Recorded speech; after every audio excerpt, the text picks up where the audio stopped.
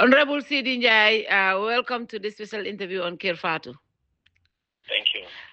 You sound very down. What happened in Masembe? The last time I spoke to you in your office, you were confident that you were going to win. What really happened? No, I'm never down. I am never down. I am never down. Of course, we've done a great work in my assembly ward, and then, of course, the figures are there. Remember, this Masembe ward has been an opposition stronghold for over 30 years now. And we were trying to flip it into ruling, but unfortunately, it's still maintained by the United Democratic Party. You can say there was no victory. It's a stronghold of a political party, and the governing National People's Party wanted to take it away from them, but they're still holding on to it. But it was about to flip. It was not about to flip because, according to records, UDP, the last election, the UDP margin was 123. This time they have increased over 50 votes on that. Now their margin is 187. It means they are growing.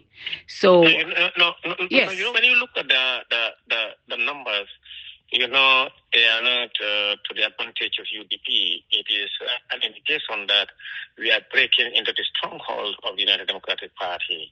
If you look at Masembe ward, of course, Masembe itself as a village, Jasobo, Jomar, and Kolior, for more than 3 decades has been one of the strongest base of the opposition parties, including that of the UDP.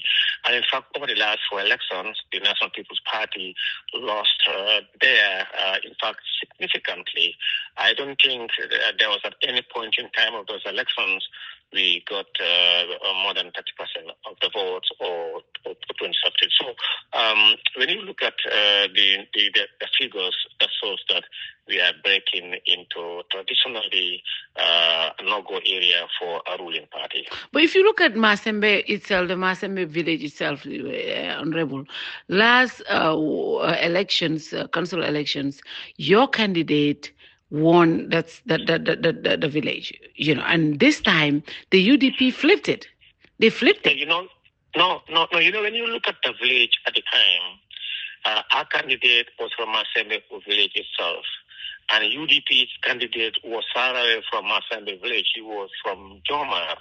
But even though he was from Jomar, he was able to secure 117 votes in Masembe. And now that the UDP candidate himself hailed from Masembe, it was about, at the time, it was about let's faster ourselves, and then now is let's go back to our home of being opposition stronghold, because now we have our 2 sons who are contesting within the same seat in the village. Now let's go back to our traditional home, and then for opposition.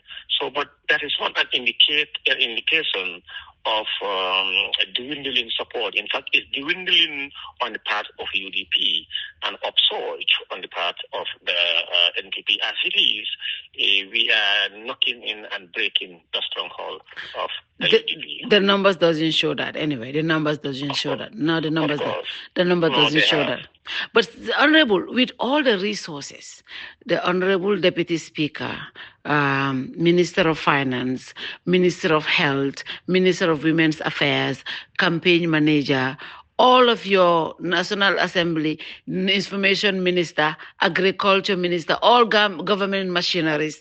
In fact, comme ni ma la ko waxee woon si suma interview bi ak yow, grade yi, yoon yi, yep, and you still could not do. Lan mooy problem mi NPP?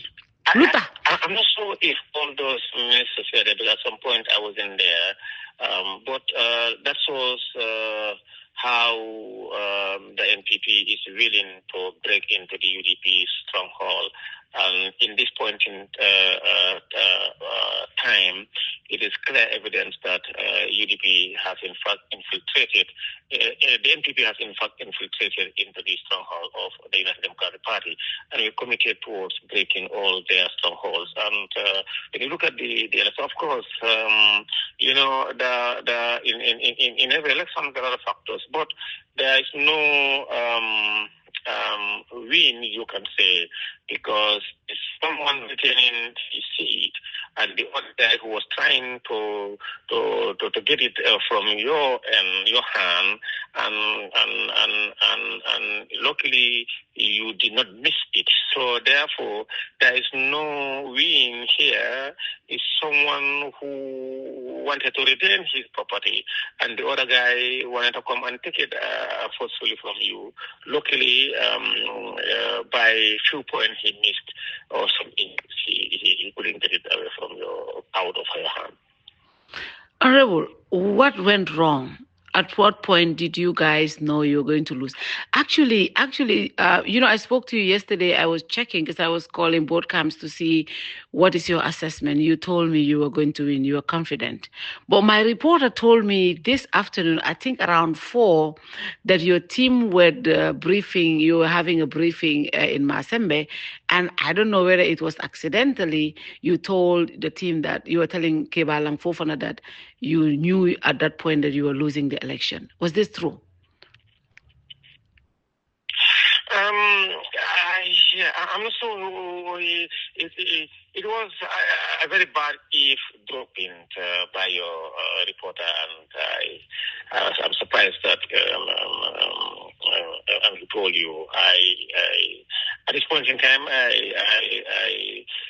but I can assure you that we've done a very. But what signs did you see at that point?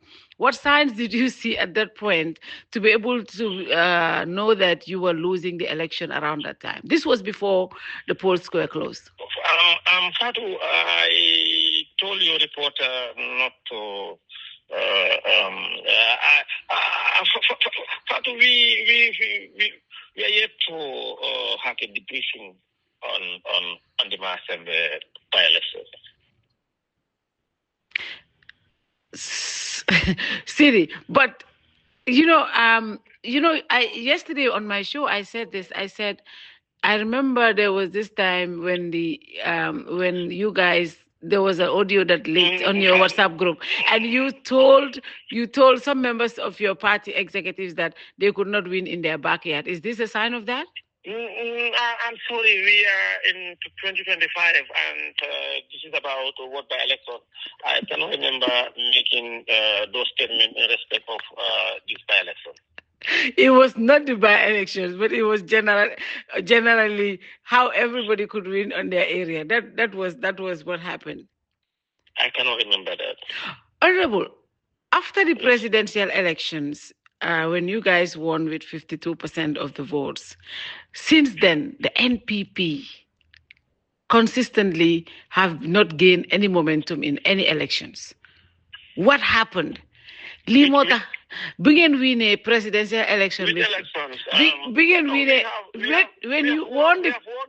We have won all the. No, you did not win the popular votes. Let's. We won the election. No, you did not.